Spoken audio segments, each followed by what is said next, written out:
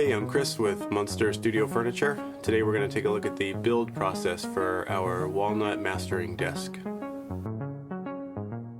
So this piece began with a walnut slab that I've been holding on to for a few years now.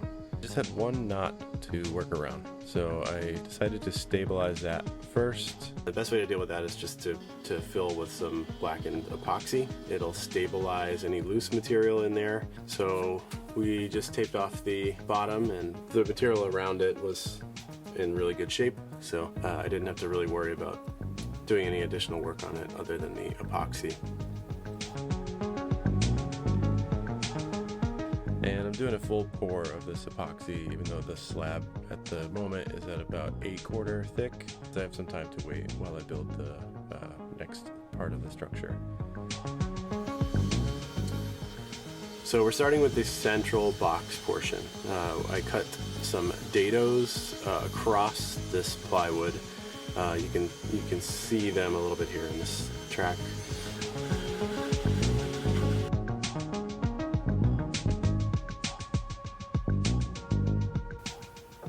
And we're going to start putting together the structure here. These are going to make up each bay element, and they've got some interesting contours to them.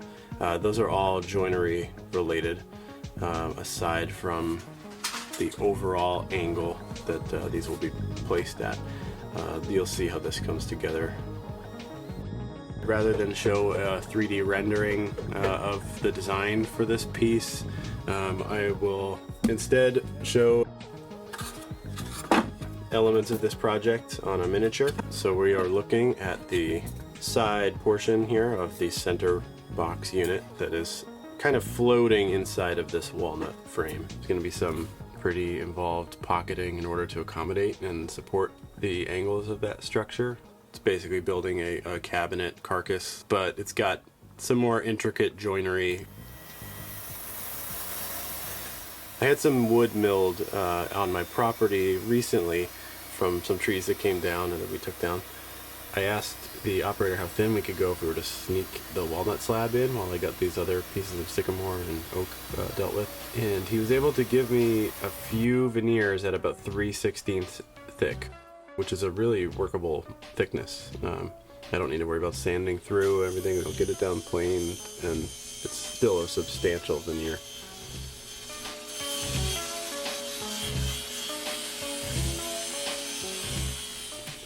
I need a straight edge to start cutting down the veneers into more manageable strips, and this way I can kind of take out the cupping in each piece and have a better starting point to bring them down to flat on the drum sander.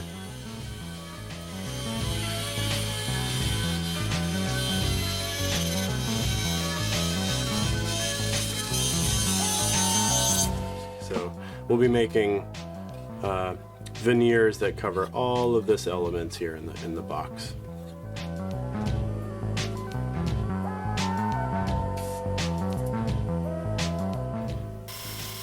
There's a nice glimpse there of the transition between the sapwood and the heartwood.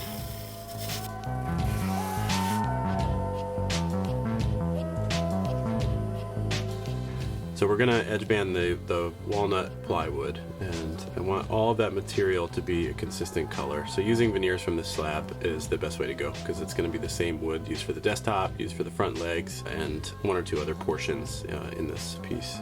There are other ways I could have cut these strips out. The table saw or a track saw would have worked, but I like the control of a razor for something this delicate and exact. So we cut these down to about 13/16 wide. That gives me a little overhang on either side of the plywood.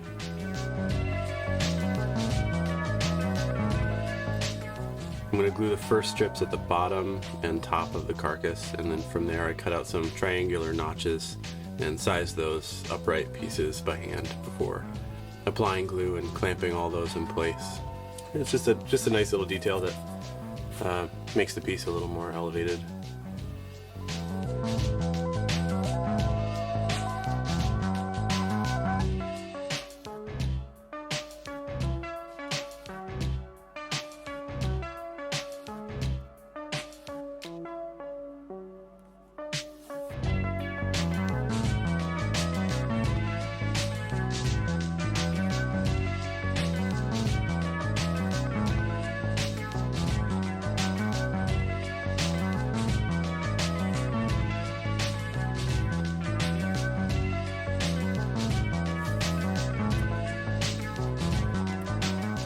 Here's where the slightly wider material gets trimmed flush to the interior walls, and then we'll smooth those out during the sanding process.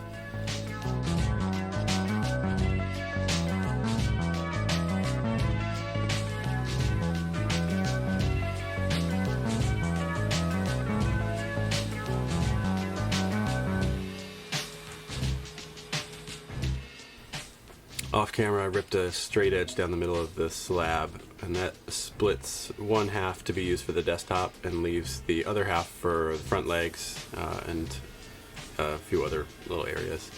This half will be the desktop, and I'm just going to bring that down to a uniform thickness in order to plan the joinery around. And then later I'm going to smooth out all the edges for that work surface. I also need to get some material prep for the rear leg, so I'm going to joint and thickness some rough sawn walnut, and I'll plan that straight grain portion to be used for the rear legs.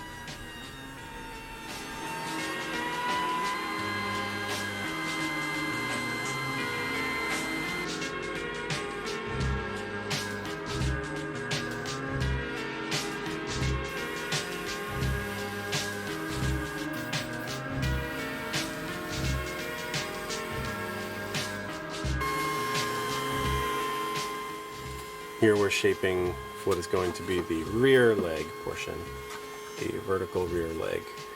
It's going to have some complicated joinery in it that will allow this front arm to slide into a hidden pocket on that rear leg.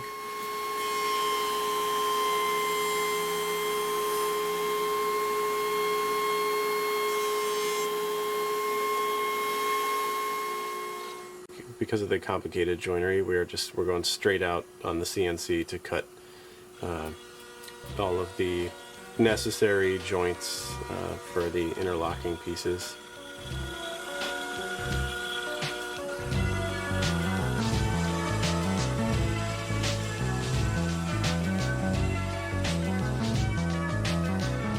And we'll just get that profiled on the machine, and then we will free it on the bandsaw.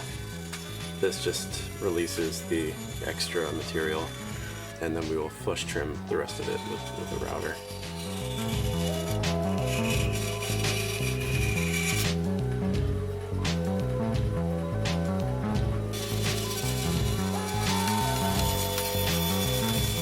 The rear of the leg still had some milling marks on it.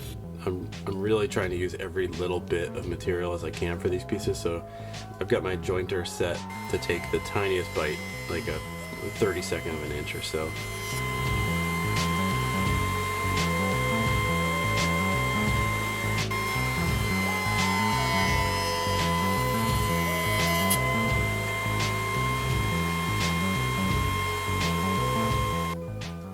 And we're going to just flush trim all the excess material around the perimeter of the leg that was left from the bandsaw.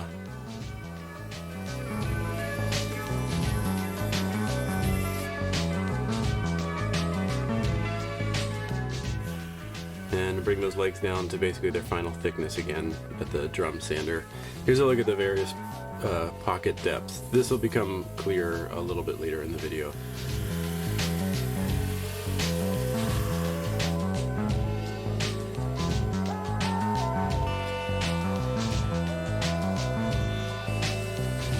Putting a small chamfer around each edge before I move on to the next step.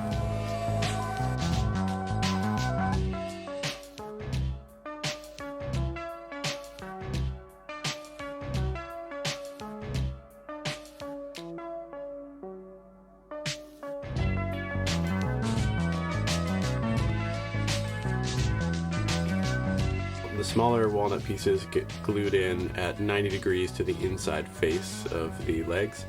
This is going to give me an area to secure my support stretchers to both sides of the carcass, the internal box.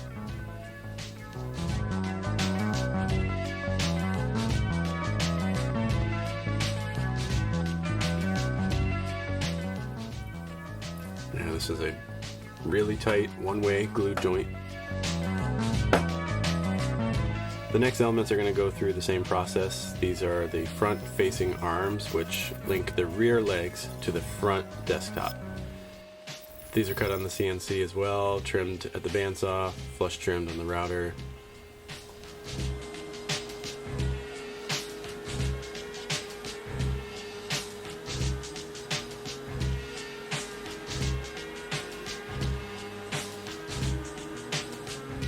And there's a little look at the geometry of the arm. I'm going to use these bolt locations as an alignment guide in the next step. The material that's proud of the surface here will eventually be routed flush to that lower plane in the pocket, but preserving this thickness right now gives a lot of surface for the brad point bits to reference. So these will leave an exact drill location for me later when I can be sure that they'll align perfectly with the arms. That is going to allow ultimately a bolt to come through that joint and join with a nut on the opposing side of the interior box so that everything grabs together. Once I had the dowels located and I knew I could rely on them, I needed to actually remove some material from that joint to get it to a perfect plane. At this stage, I had only machined one half of that piece of wood, so this is on the other side of the arm. I need to get that to be able to sit inside that pocket. So here I've actually set my CNC surfacing bit as kind of an upside down router table. This lets me hog out the wood that was proud of the pocket we saw earlier. This orientation lets me see how close to the line I'm going, and overall it's just more convenient than the router table. I got as close to that line as I was comfortable there, and then I'll finish out the process with some hand tools. Chisels get me most of the way there, and then square off the last bit with some shallow cuts on the shoulder plane. This part of the process is a slow, deliberate removing of material, marking your edge with a knife line so that the fibers are severed once you meet the line that you're trying to get to for your joint. You wouldn't want to use a pencil line for something like this because it's a 64th or maybe even a 32nd of discrepancy there that you can't rely on for a joint. You want to have actually like a true razor line.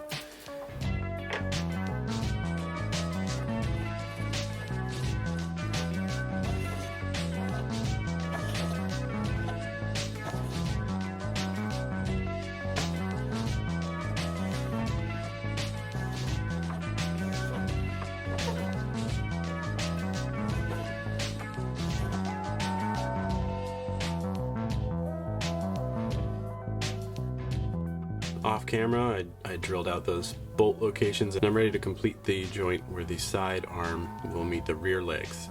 I'm using some wood dowels here just to hold everything in place at tension.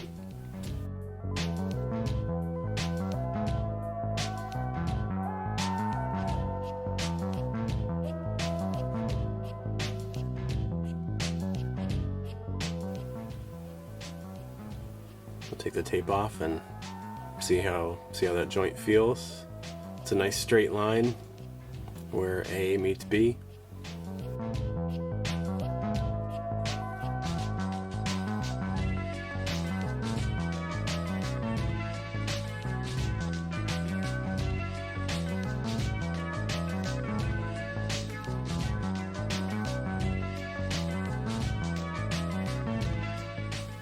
Back to the other half of the slab.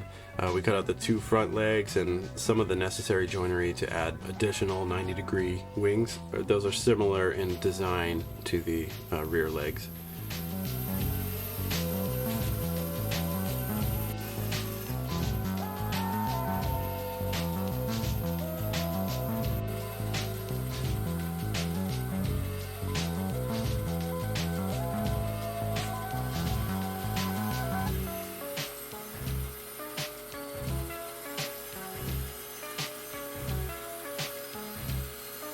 We chose to use the transition from the heartwood to the sapwood in this particular slab because the transition just had some really nice rainbowing along that gradient. These will be visible from most angles, so I took time to choose where the wood grains were going to stretch around the legs. trying to highlight that sapwood heartwood transition as much as possible. This shows the full thickness of the remaining slab, still just right around 6/4.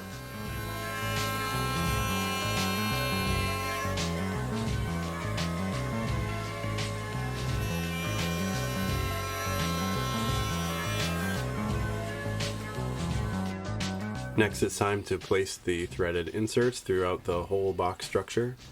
I added some CA glue to the threads for just a little extra holding power that will align with the bolts on the external arms.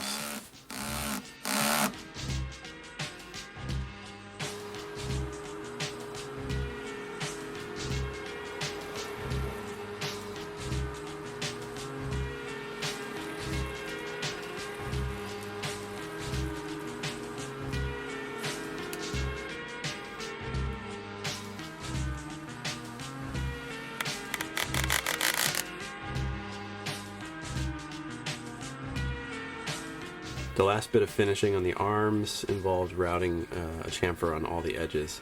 I could do most of this with the router, but the little ledge along the arm pocket wouldn't fit the router bearing, so I'm just matching that with a block plane.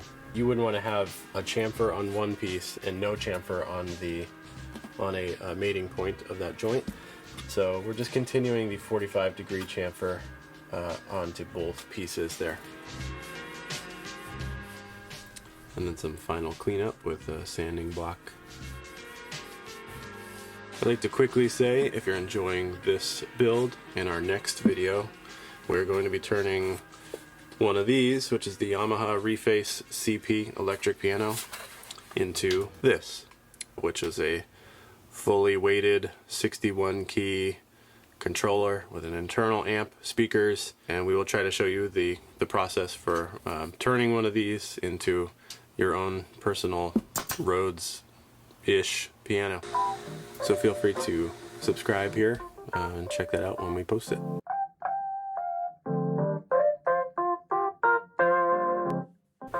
About 4 weeks in, and it was time to clean up the desktop.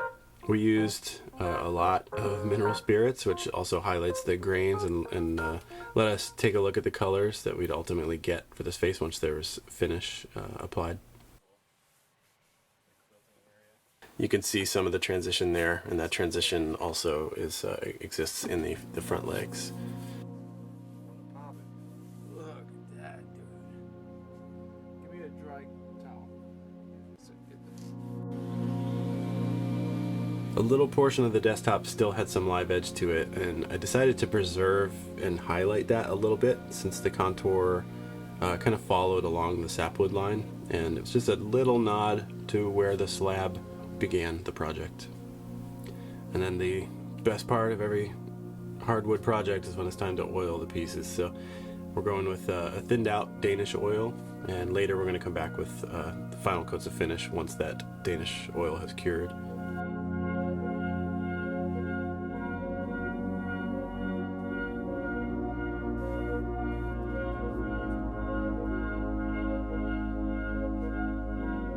Just the face of the desktop.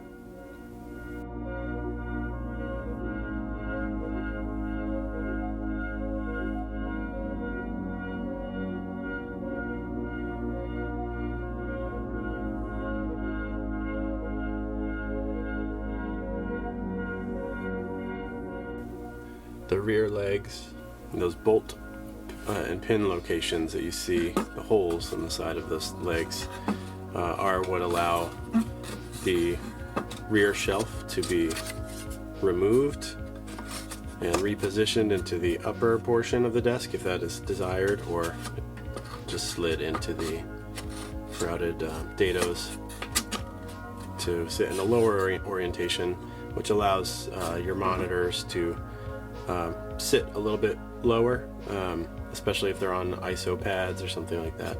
And then it also just gives a little ledge to conceal cables and stuff that might be present up there.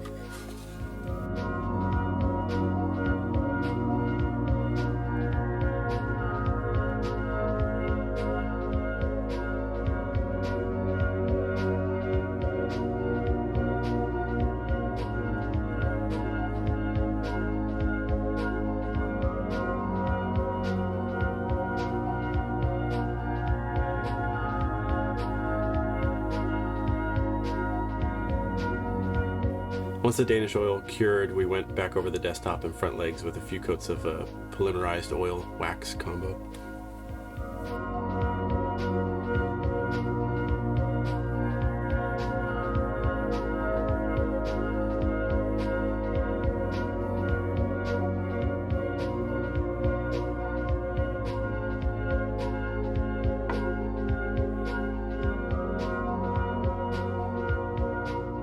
Minimalist Munster branding is typically done with hardwood M's of either the same species or a contrasting species, but for this particular desk we decided to go with a brushed brass insignia.